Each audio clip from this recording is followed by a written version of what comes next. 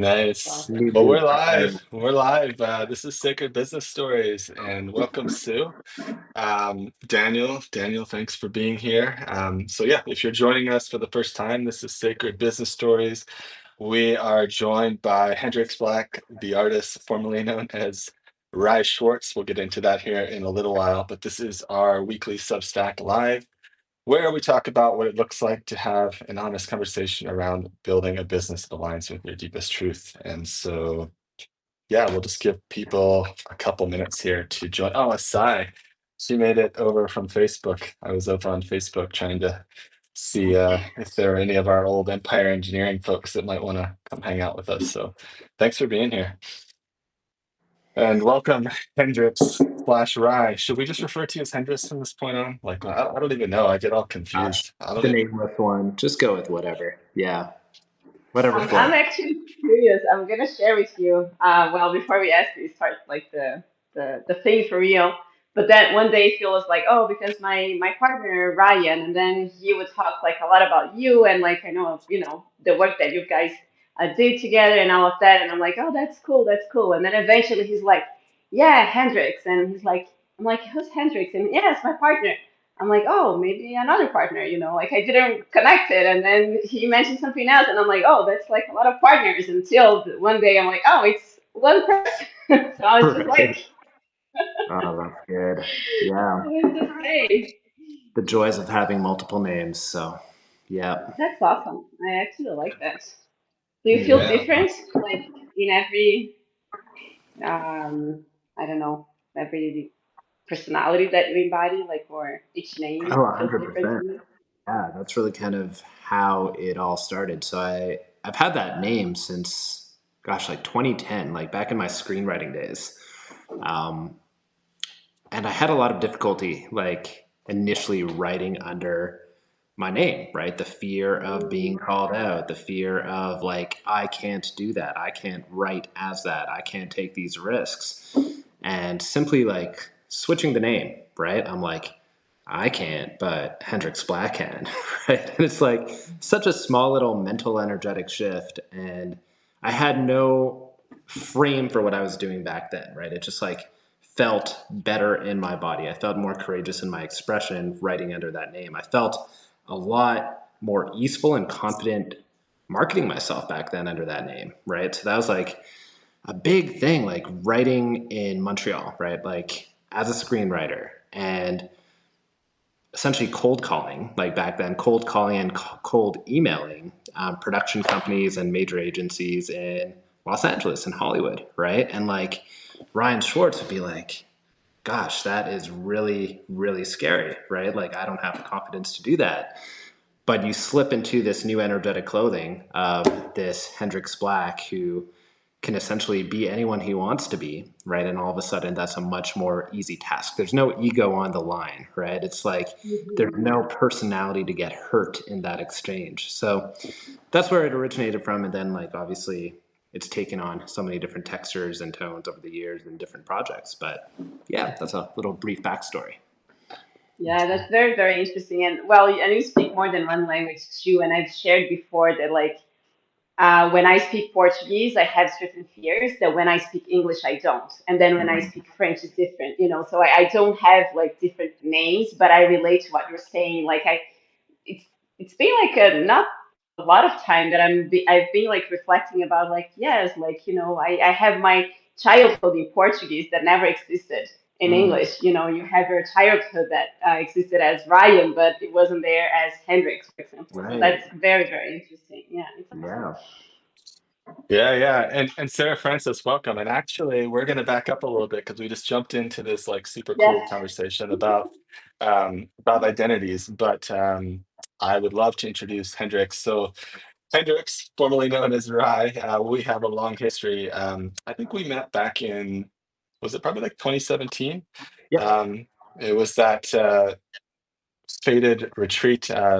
Many of you that are actually in our community know Ed Zadelman. So if you know Ed, it was actually at his retreat center in Costa Rica that we met for the first time. And yeah, maybe Ryan, you can fill in the details, but we ended up becoming partners. We launched two brands together. Empire Engineering, some of you know, Quantum King, which was kind of the catalyst, or I guess the kind of incubation of all of the work you're doing now. And yeah, just extremely generous, humble, heartfelt dude. One of the smartest, also smartest marketers I know. Like, again, he would never say this out loud, but this is the guy that like the real pros hire, and just like he walks into the room and money just starts falling from the clouds. So yeah, he's just really one of my favorite humans. And today, his focus, he'll share more about this, but just came over to Substack recently, and he's writing really where this intersection of where masculinity, shadow, intimacy collide, and really involved in the men's work scene, relationship guidance, and most recently, I think, literary fiction, which I haven't heard a whole lot about yet. But yeah, man, I would just love to turn it over to you, and yeah, maybe just kick us off with a little bit of your story and anything you're feeling called to share. Yeah, I mean, immediately what I feel called to share, and it's just a reflection that came up as you were sharing that, like, I don't know, that 8 year bio, right? It's like, you know, obviously, y'all are the masters at transmitting the principles around sacred business, right? But like when I tune into sacred friendship and sacred partnership, I think that there's such a beautiful blessing in being able to relate with those who can hold and relate with you in all these different iterations and evolutions, right? Like friendships, brotherhoods, sisterhoods that grow with you through so many iterations versus slip away as you evolve, right? And I've had a chance to, of course, witness you in so many iterations of self, right? And it's been such a Mm, privilege to be able to do so. And just as you were sharing that, I'm like, how freaking cool, right? To have a brother, a dear friend who has been able to witness me through so many different iterations as well. So yeah, thank you for that. yeah, yeah, thank you. Um, yeah, gosh, I mean, beyond that introduction, I mean, everything you said is still very much present, right? I'm still very much active in the marketing scene, the copywriting scene. Not something I so much publicly advertise anymore, but the opportunities when they align, they're there. And I just love diving in. I love creating offers. I love creating transformational offers, bringing those to market, and just having a way to initiate transformation at scale, right? And seeing really good people get a platform, right, to serve their work, serve their medicine. And then there are these other aspects of me that have never stayed dormant for so long, right? So my roots, my origins have always been in the power of story, right? Using story as a mirror, right? I remember how transformative, right, fiction and film could be for me, right? In many ways, it can be used and engaged in as a form of shadow work, right? When you see characters on the screen or on the page experiencing certain dynamics, um, reacting to certain stimulus, right? It evokes an emotional response in the reader, and that emotional response isn't just emotional orchestration on the part of the writer, right? It's calling and it's pulling at some unwitnessed part within you, right? And I always found that so fascinating. That's what brought me into film originally, was like, without saying it, I want to write screenplays and create films that can have that subtle transformational quality, right? Coaching people at scale, if you will. Of course, film is a lot more difficult to produce, right? You write a screenplay, and then so many pieces have to align in order to finally have a project come to fruition, right? To this day, I have projects that were the rights were purchased to, right, back in 2015, 2016, that are still in limbo, right? That may have some pieces attached to it and others that are not, right? So film kind of got frustrating in that degree, right? But the joy of creating fiction was always there, right? And that's really been kind of this like healing arc for me over the last like 5 months of putting out fiction, right? Putting out stories, putting out these short form pieces, 800 words to 1,000 words, where the reader can have a real experience of being witnessed in these darker chasms that they just haven't been able to look or willing to look or available for others to see. And that's been so much fun to coach in a way through fiction and taking a break from the more, I guess, like one-on-one coaching work where, you know, like I love it. I love the intimacy. I love the depth. I love where you could take somebody who's available for that journey. And in this particular era, it's just been so liberating and so joy filled to express that through a medium that I didn't think I was ever going to return to. So, yeah, that's where I've been. Cool. And That's Sarah cool. just asked, oh, sorry, Carolina, just real quick. Sarah asked if you could explain a little bit more about what your business is today. So um, maybe you could talk a little bit more about that for her.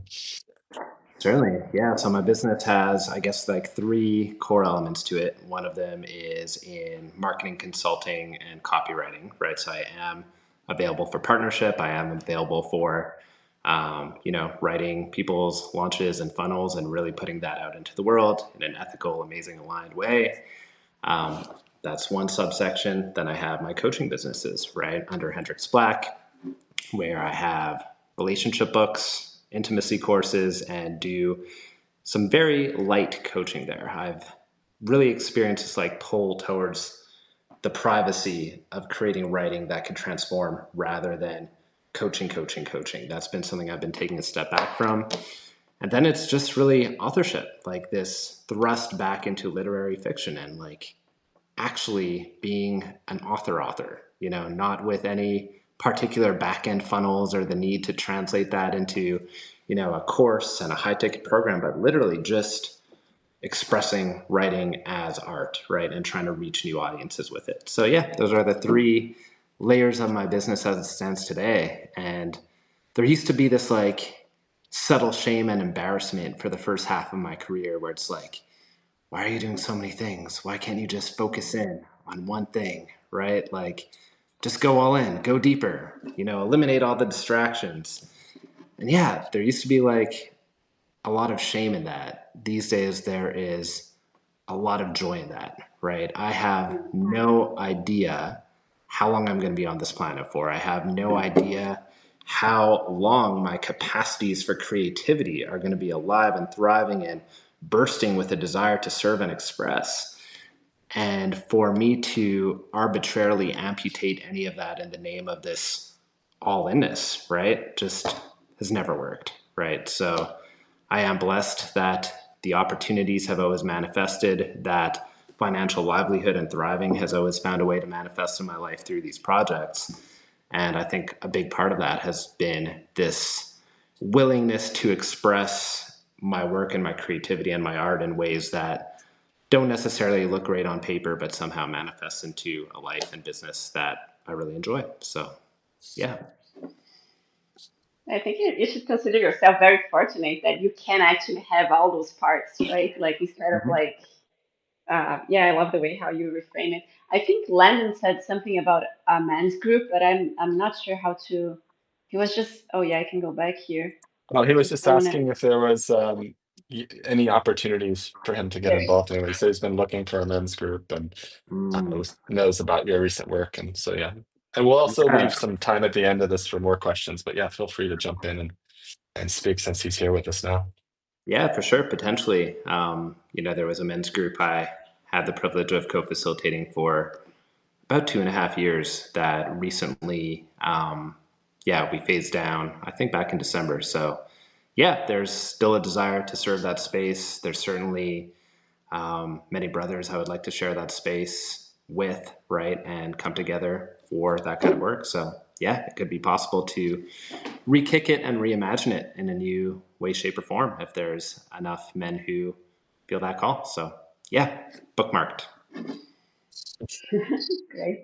Just before, like, I just want to go back to the question I had while you were sharing about like you writing and then how you affect like the readers and all that. And like, I'm not a writer, and I'm just curious, like, when you're thinking or feeling through the story that you're creating, you Mm-hmm. also go through an emotional journey, right? Mm-hmm. Like, so how is that? Like, do you put yourself as the, like the characters that you're writing about? Like, I'm just curious to see like how involved you get to the stories that you are creating as Yeah. in this emotional level. So I've been known to cry in the middle of coffee shops, and people have no idea why. And usually it's because I'm relating with characters on the page, right, that are experiencing some deeper things, right? And Hmm. I'm not an easy cry. I don't cry easily all the time.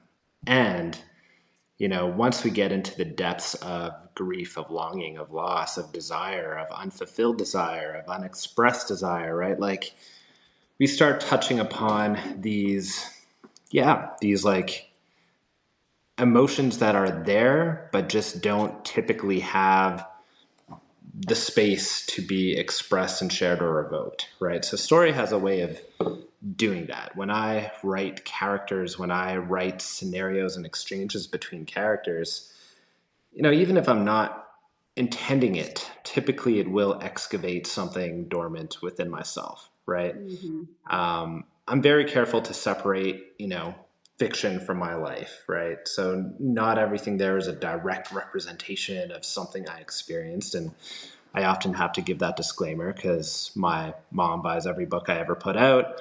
And if she thought every story was about me, she'd be really concerned, right? And she has called me concerned after reading the last one. She's like, did that really happen in your childhood? And I'm like, you know?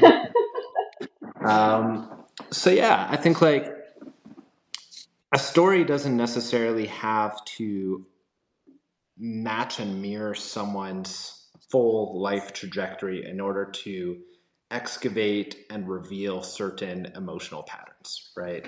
Hmm. And for me, yeah, it's a deeply healing experience, right? I've experienced many different forms of healing modalities, energy work, plant medicine journeys, all these things. And I'd say, like, the closest thing to what story does for me is a plant medicine journey, right? It just really has a way of putting a magnifying glass on certain patterns that I haven't looked at, right? And evoking a response, evoking something that under regular circumstances, I just wouldn't have any need to focus or zero in or look at that, right? And it's not just, the sadness or the grief. There's also elements, and I was speaking to Phil about this maybe a few weeks ago in a private conversation, Hmm. like, wow, I have a capacity for aggression or ill will or these shadow desires that, gosh, can I even say that out loud, right? Like, this is so threatening to my self concept and my idealized self image that it's almost unsafe to even entertain the idea that that could be there, right? But then when I'm writing a character who has those motives, who has those shadow patterns, who has that capacity and speaks about his will, right, and his internal conflict, right, about expressing that or not, gosh, it just like pulls all that out of me, right? And I'm like, oh shit, there's another thing to examine, right? But yeah. It's beautiful. I love. Thanks for sharing that. It's such like I never thought about like the way you were describing, which is like such a safe space. And in a way you create separation, but then because you're very connected to your inner experience, then you can use that as a self-reflection tool in a way. So very, very powerful. Yeah, Yeah. thank you. I think like one of my core tenets or ethos, right? And I think this was in one of the first books I wrote, was that like for me, intimacy is about creating safe space for unsafe truths, right? And my Hmm. dream or my desire is to see relationships become so capacitated to holding that bare, raw truth, right? Where each party, each person has done the sufficient healing work to not get so immediately triggered and dysregulated, right? But can see their partner, see one another in these expressions, in these latent desires and capacities that, you know, are there, right? So we might as well look at them. We might as well hold each other in that and say, yes, I see you in that, right? I see that that's not all of you, and I see that that's there, and I love you, right? Like, how healing could it be or would it be if we can hold each other in wider ranges, right? Versus only these small slivers of acceptability, right? I think one of the biggest pains I witness in intimate relationship is the narrow bandwidth of acceptability we grant one another, right? And when Mhm. behavior, even momentary expression, veers outside of those predefined walls, conflict arises very quickly.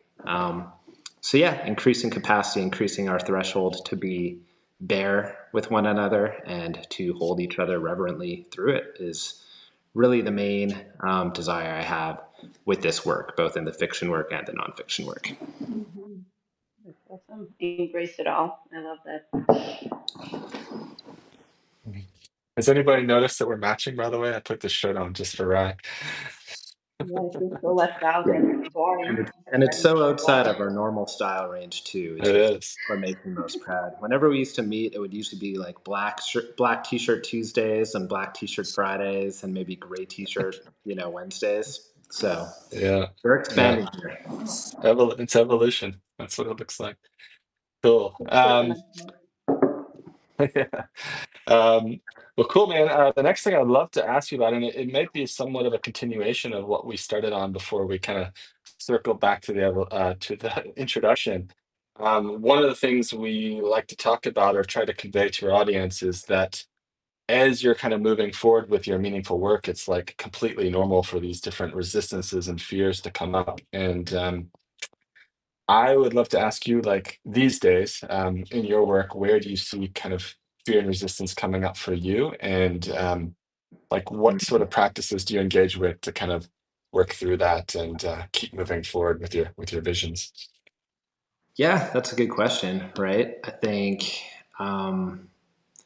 one part or one aspect of that I regularly grapple with, right, is, what if no one sees it and what if those who do hate it, right? It's like that resistance is still there, and it's always safer to not create art and not put it out, right? That is a daily experience and exercise I have with myself, right? It's like, yeah, like life is inherently safer, right? If I don't express this, right? Why bother expressing this?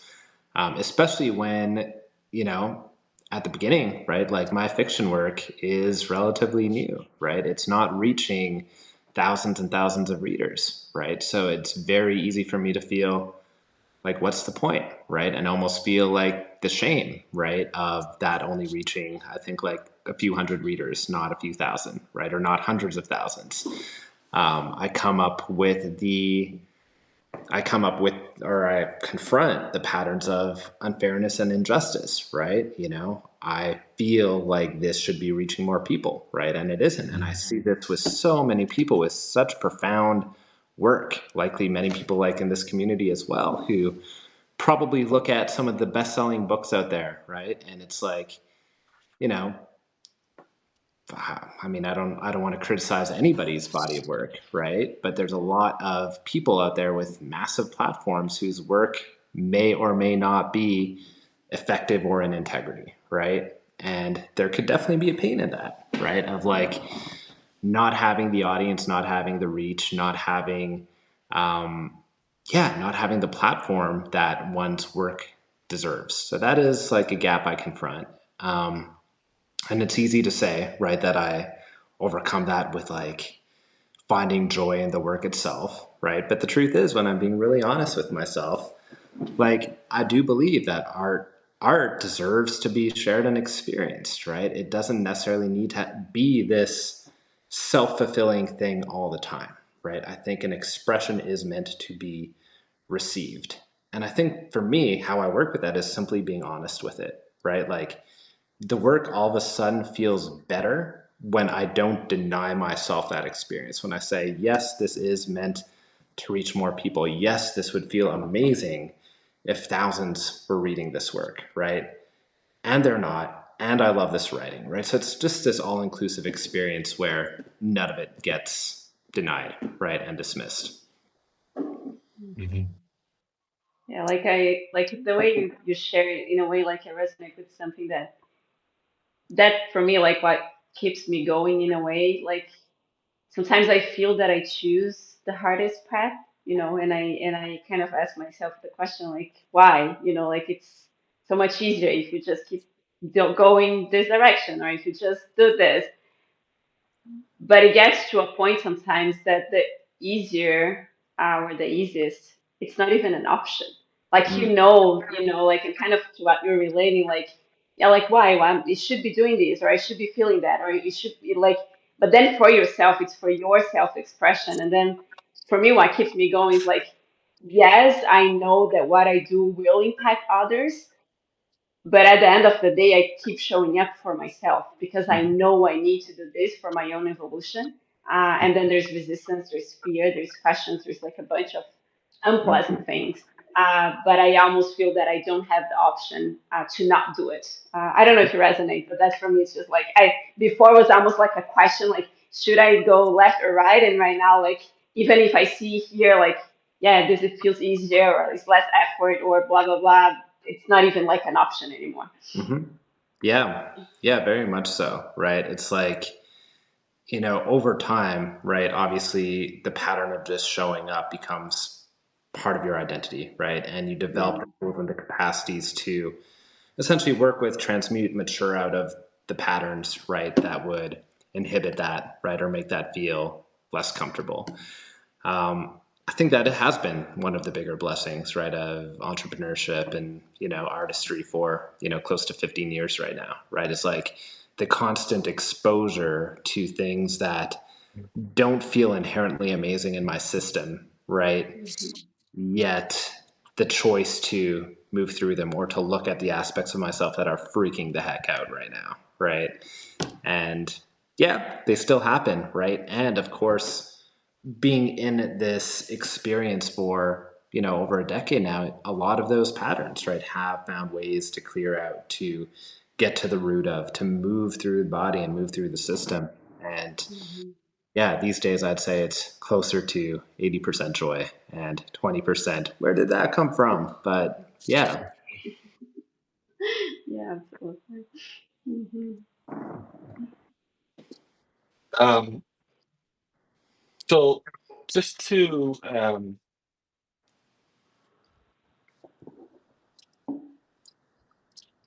I was going to ask you more about this identity thing. I really want to pick this. So like, can you walk us through kind of, and I'm bringing this up because I know there's many people probably listening or will be listening on the replay that really struggle with exactly what you described, which is like putting themselves out there, putting themselves on the line, expressing like fully from this place that is their most authentic truth when it doesn't feel like the safe thing to do. So I would love if you could kind of take us back. And I remember like when you were shifting in your work because our relationship kind of goes to this prior version of you where you were just kind of known as the epic launch copywriter and you were kind of just starting to move into this new space that you're occupying. And if you can just kind of remember back to when you were having those conversations with yourself, I would love if you could kind of maybe articulate how you came to the decision and the thought process for how you chose to kind of bring these characters to life, like Hendrix Black, and Mm. you also publish under Money Shaman. Is that Mhm. true? So there's Yeah. actually Yeah. at least three that I know of, maybe a few other ones hiding out. But Yeah, yeah, I don't know if you could kind of take us inside your mind on that one a little bit. for sure. There are different frames for me to answer that through, right? Like there's the very pragmatic personal branding frame, right? Where there's a very real case for not wanting to muddle or enmesh brands into distinct styles of work, right? So like Rye Schwartz became a brand in the copywriting world, right? I have multiple courses, that I think, a few thousand students have been through up to this point, right? It has a certain reputation as a brand, right? And publishing things that aren't copywriting, right, under that brand just felt unnecessary to some degree, right? Like it stood for something, it represented something within a market, right? So on a very pragmatic level, it felt like creating some form of compartmentalization there was wise, and I still believe that to be true. Part of me, at the time was just kind of like reconciling, well, is that just a cop out? Is that just an excuse? Is that just like me finding a good reason to hide behind a different name? And that might also be true, right? More than one things can be true here. Um, so that was one aspect of it. The next was the very real palpable sense of, I call it energetic clothing, right? Like that I slip through, right? My writing had a different quality under those different names, right? It's as simple as like signing off as a different name or having that name as like the name on like the cover of a book, right? My expression was just less less inhibited, right? It was more flowing, it was more daring, it was more raw, it was more truthful in many ways, right? It was less censored.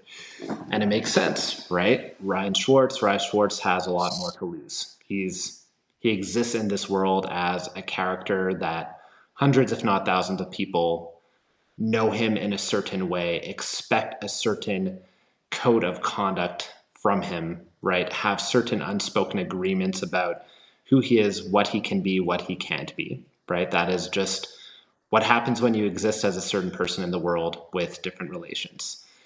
Now, one school of thought is, well, fuck it. You're not here to please everybody. Just do you, right? And sensitive beings, right? That judgment stings, right? Like being judged isn't this benign thing that some people could just brush off, right? And say, let them have their opinion, right? Especially, close friends, relationships, like all these things, like they occupy energetic space, right? When you are being held in a certain judgment. Now, that's not to say that there's no value in doing that work to try to remove the parts of you that are hooked into that, right? To clear those cords, to clear those, um, parts of you that are afraid of disappointing, of letting people down, of stepping on toes, right? There is absolutely value in doing that healing work. And it could get overwhelming really fast, right? And if that's getting in the way of one Mhm. putting out their work right here, right now, I say, go for a name that makes you feel fully expressed, right? Like step outside of your current identity enough to have that workflow through you, because I believe that there's a lot more healing value in putting the work out than getting inundated with the fear or sometimes the actual judgment that comes through. So yeah, those are like two levels that I'll speak about it on for now at least. That's cool. So that actually will bring me to my next question, which I'm actually genuinely curious about it. We've had some conversations, but the next question is around connection. And so, one of the challenges that many creators face is like how, especially if they can be a little introverted or even not, like maybe just like navigating this online world, how to create authentic, meaningful connections online. And so, I would love to hear, and especially from someone who is connecting through this lens of multiple identities in this kind of like online space that exists how it is. Like, what is that experience like for you? How do you approach connection? And then, yeah, maybe any advice you have for people who are struggling with that aspect of putting themselves out there that you Mm. might have. Gosh, there are so many good people out there, right? Like that's one thing that has really been coming to my awareness, right? And they tend to, gravitate around certain communities like your own, right? So it's like I think that there's like this beautiful blessing where, it's not hard to plug into communities with people you really resonate with, right? And who inspire you. And there are levels of engagement that you're invited to play in, right? That feels safe, right? Like you could join a community and be, the gold star earner that shows up to all the things and initiates conversations with all the people and jumps on, 10 Zoom calls per week, right? Or you could, there's no shame, right? In being the one who plays a little slower, more tentative, right? Appreciates things more from a distance and then engages in ways that feel safe to their system, right? For me personally, right, I certainly go through phases of more, I guess, like lone wolfing it, right? I think my natural disposition is a bit of a paradox. I thrive, you know, doing my own thing, headphones on, in my world, creating. I have a really rich, expansive inner world. I never feel lonely, right? It's just that is a way I thrive. And then in these moments when I'm invited into relating, right, and community, some of those feel amazing, right? And I'm like, ah, where's this been, right? And it kind of like answers this quench that I didn't know I had until I realized how good it feels to relate and see and be seen, right? Um, so yeah, I think like honoring one's, dispositions, right? I do think that it's perfectly normal, right, to crave more solitude. And I don't think that there's a stigma in that being isolating, right? If you feel good in that, if that feels part of how you thrive and feel most in balance, amazing, right? And even then, I'd say, you know, forming some degree of connections, right? And just getting to enjoy the richness of the other souls out there doing amazing work that you're interested in, connecting with people on even these deeper levels and having these conversations that wouldn't be accessible to one in their physical surroundings. I think that that is an edge that I personally enjoy leaning into and would encourage others to as well, whether it's through your community that you've so brilliantly tended to, or another one. I think it's just a gift we can all give ourselves to whatever degree feels safe. Yeah, and like when you think about your career over the last 15, 20 years, like as Carolina said, you are in this very nice situation where you really get to choose and like balance these different creative energies and like um has it always been like that, or like what how has connection kind of played into like your ability to get into the right rooms, to get to like you've had like very high, high profile clients, like what do you think it was that kind of created or paved the way for you to create those sorts of experiences for yourself? Mm, Do you relate to the connection aspect of that, or is it something else? I'm just curious yeah. how that all goes. I think I don't spread myself too thin on connection and relationship. I think that over the last like decade, I've had probably fewer connections and relationships than most in the entrepreneurial space Mm, that have gone deeper and richer and more meaningful in all of them, right? Some of the mm, clients I have today are clients I've had for 8 years off and on, right? mhm, Most of the revenue I'm still making today in my business can be tracked back to relationships over the last like 5, 6, 10 years, right? yeah. Um, I think just as a being, I've always craved depth, right? I have cringe and self contraction around, fakeness, right? Around Mhm, anything superficial or transactional, right? Like there was a period in time in my life when I could try to play that game and try to be comfortable in that room and try to just quote unquote play the game, right? And ultimately that was always a major turnoff, right? But on the flip side, the gift of that is the capacity and the ability to really form meaningful bonds and connections and mutually enriching relationships where where there's that resonance, right? And you can't you can't fake resonance, right? It's either there or it's not. And what I what I love about true resonance is it's unforced, right? And you could take our relationship as an example. It's always been unforced. Like we create mhm, when it's true and meaningful, and we let go and let things move in different directions and iterate and reform in ways that are truly resonant. And I think that that's really been the definition of how I've gone about relationships over the last 10 years. And it's worked for me. So, yeah. Yeah, I feel very similar. I mean, when I think about my entrepreneurial journey, it's the same thing. Like I've had long-standing clients. Many of the clients who've come to us now through Sacred Business Flow are through past relationships from past iterations, and then really it's funny. I tell the story. It's interesting that we're having this conversation now, but like that event that you and I met at, like that, like I could trace back almost like there's almost like this lineage path of like relationships that have kind of carried forward all the way to this day. And so like, yeah, I really appreciate and value what you're saying about this depth, because I think I've approached things the same way. And for me, that's why I love, as much as we're online entrepreneurs, that's why I love putting myself in rooms with like real people.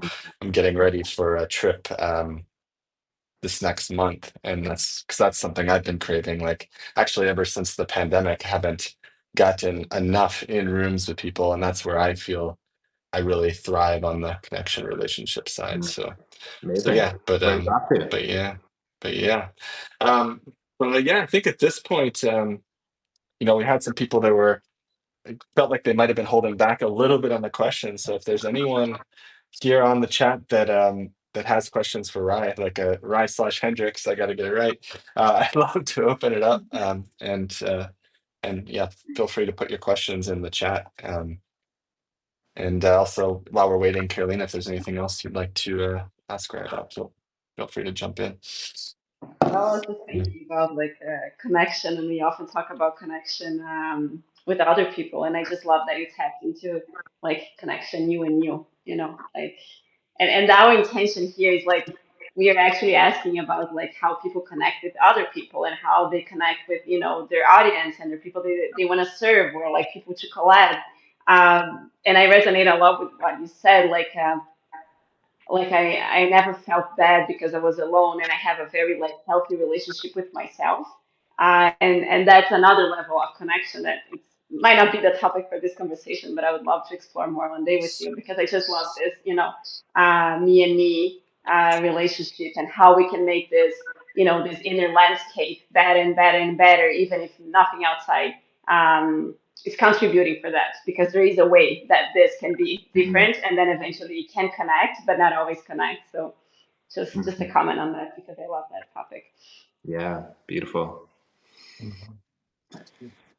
Hmm. Well, I guess at this point, I'd love to just ask. I know you're pretty new to Substack, so of course we're Mhm. here on Substack, so people will be able to find you that way. We'll be sharing. Oh, well, I'll finish this thought, but it looks like we got something. We'll be sharing yeah, we'll be sharing the recap after this, so people can find you here on Substack. But where else can people learn about your work? What would you point them to if they're just kind of curious to explore your world a little bit more? Yeah. So my informal Substack coach told me that all roads need to lead to Substack right now. So I'm just gonna stay loyal to that advice and say you could find me on Substack. There we go. I'll leave it at There we that. go. One place. Awesome. And Sarah Francis asks if you could go back and give your younger self advice when you were just getting started, what would you say? Ooh, gosh. So I'm not sure what I would say. I know the capacities I would want to transmit, right? I know that I would have loved for my younger self to be more courageous and more daring and less inhibited by fear, right? And fear of judgment. And I know he went through his own process and unfoldment on that. But yeah, part of me like wonders, right? If I could go back in time, go back to like 21 years old, 22, 23, right? And live more courageously and authentically from that point on, what that trajectory would have looked like. So, yeah, are there any like set of words I could have given him that would have like created that level of courageousness? I'm not sure, right? Could I just like touch his third eye and blast him with like, infinite doses of courage? Maybe. Um, but yeah, I think that there's a certain sadness and a grief over the things that didn't get expressed, right, until they did, right, until I could grow into the being in the body that could do those things. And it's very easy for me to kind of default to, there's a natural timeline for everything. And I think there's also an appropriate level of grief and sadness of, how could have things played out had I had those capacities then, right? So yeah, obviously, like in terms of words, it would have been like, go for it. It works out. It's not as scary as you think it is, right? All those cliches that are very much true. Use a pen name faster, right? But yeah, things worked out pretty well for him as well. And I'm really proud of the journey he went through. And a lot of my work over the past 2 years has been not just reconciling with all these old parts and identities, but really honoring and cherishing them for how they showed up, right? This was a bit personal, right? But like for a while, it got really easy for both me and my partner, right, to look at who we were in the first 2 years of parenthood, right? And really feel a lot of like, regret over how we showed up, right? Like that's a really difficult initiation, that is really, I'd say, almost impossible to go through absolutely cleanly and meticulously, right? And I went through this process, right, of like rewatching all those old videos, right, of myself, her, like our child, right, as a toddler, as a, as an infant, and being like, oh, those guys were better than I thought they were, right? Like they had that light, right? They were showing up, and they didn't stop showing up, and there was difficulty, right, as there is in every phase. But yeah, just celebrating every iteration of self for what they did bring to the table and how they did show up, and how they essentially are the shoulders you're standing on right now, right, to be where you are. So yeah. Cool. Thanks for sharing that. And so beyond Substack, tell us about your books. I would love to just have the kind of rundown of the books, and yeah, I'm assuming you can find them all on Amazon. That's For the sure. usual places. Yep. So if you search up Hendrix Black, like as an author on Amazon, you'll see all the books. Three of them right now are nonfiction. So there's The Seven Initiatory Fires of Modern Manhood, which is the title I always regret having because it's so long, it's such a mouthful to say. There's Awakening Your Inner King. So those two are in the men's space. Then The Relationship Recode is a relationship book, nonfiction. And then the two latest releases, literary fiction, which I'm just super proud of, super happy to share. The Secret Lives of the Men You Love, that's the one behind me there. And the one released just 2 days ago, Woman Witnessed, Volume 1, Mother, Maiden, Mystic. So those two are, healing through literary fiction. So for those called to check it out, I'd love to have you, read them, check them out, and let me know on Substack how they land. Amazing, amazing. And Landon's asking, how did you come to find your pen name? So I don't remember if we had any conversations about that, if there were other names on the Yep. table. Yeah, tell us more about that. Yeah, it was. I know exactly where I was. It was a coffee shop in suburban Montreal, 2010. Writing my second or third screenplay, I can't quite remember, and I was getting ready to market it, which for me looked like cold emailing agencies and managers in LA. And I'm just like, Ryan Schwartz can't do this. I need a new name, right? And I was wearing a Jimi Hendrix T-shirt. So Hendrix came from that, and then my last name Schwartz in German is Black. So Hendrix and Black tied them together, and I'm like, that's a pretty freaking cool name. I'm gonna run with that. So there you go. And what was the first action you took as Hendrix Black? Can you remember that? Yep, I created a Gmail that still exists today. It's actually the one I signed up to Substack with, hendrix.black@gmail.com. And back then, I can't remember what database I was at. It might have been like IMDb Pro, right, where you get like the emails of different like management companies.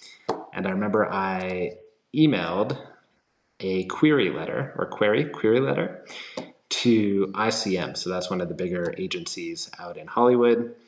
Um, about my script, and I actually got a reply. So Hendrix Black got a lot more replies than Ryan Schwartz, and actually landed me my first literary manager. So yeah, and from that moment on, I'm like, okay, Hendrix Black could do this, and just ran with it. Oh, So that's awesome. awesome. Cool. Awesome. Well, I think we're pretty much at time. Yeah, I truly appreciate you coming on and making the time for this. Really happy to have you here. Really happy to have you on Substack. I hope you'll be mixing up with us more in this awesome community we're building here. And yeah, we'll be sharing this recording with everyone by email. We'll share it with you. So you're welcome to, we'd love it if you share it with your people. And yeah, man, just like always so fun to have conversation with you. And Yeah, yeah, thanks so much for being here quite with us. beautiful. Well, I Yeah. appreciate you both. I Yeah, it was appreciate it really all. nice to connect. Yeah, Yeah. thank you very much, All all. right. Great day. All Much right. love. Much love. Take care.